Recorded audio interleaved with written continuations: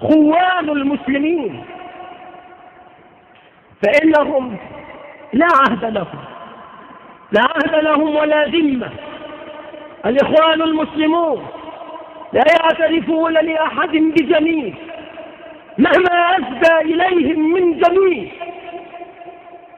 وتأمل في هذه القصة لتعلم هذا الأمر علم اليقين، فإنه لم ينتفع الإخوان من أحد قدر انتفاعهم من بلاد الحرمين ودولة الملك عبد العزيز آل سعود. فقد سعى الملك سعود إلى إصلاح العلاقة بين عبد الناصر وبين الإخوان سنة 54 و900 وألف، كما أكد على ذلك مهدي عاكف في جريدة الأخبار في 27 من أغسطس سنة 5 و2000.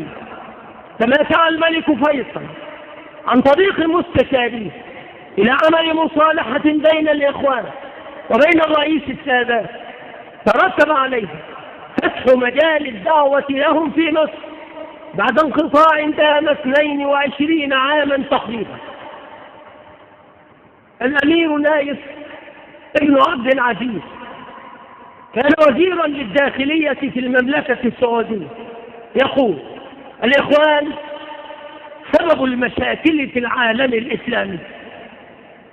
ففي بيان له في لقاء مع جريدة السياسة الكويتية في 25 من نوفمبر سنة 2000 قال الأمير نايف: مشكلاتنا كلها جاءت من الإخوان المسلمين، لقد تحملنا الكثير منه ولسنا وحدنا الذين تحملنا منهم الكثير، إنهم سبب المشاكل في عالمنا العربي وربما في عالمنا الإسلامي.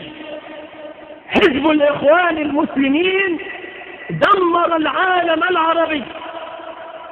قال الأمير نايف وكان وزيرا للداخلية السعودية يومئذ بحكم مسؤوليته: أقول إن الإخوان لما اشتدت عليهم الأمور وعلقت لهم المشانق في دولهم لجوا إلى المملكة فتحملتهم وصانتهم وحفظت حياتهم بعد الله وحفظت كرامتهم ومحارمهم وجعلتهم آمنين.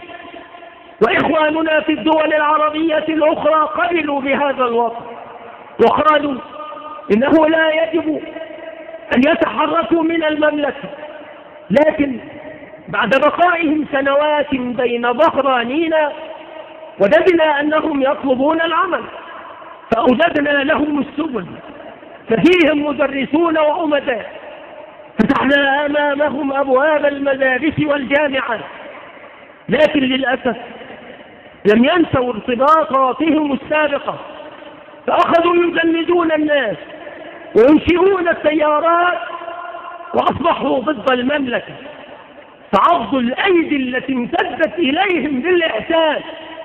فهذه طبيعتهم وتلك سجيتهم، لا يرخبون في مؤمن إلا ولا ذمة، لا يراعون عهدا ولا يفون بوعد، وإنما دائما ينكثون بعهودهم وينقضون عقودهم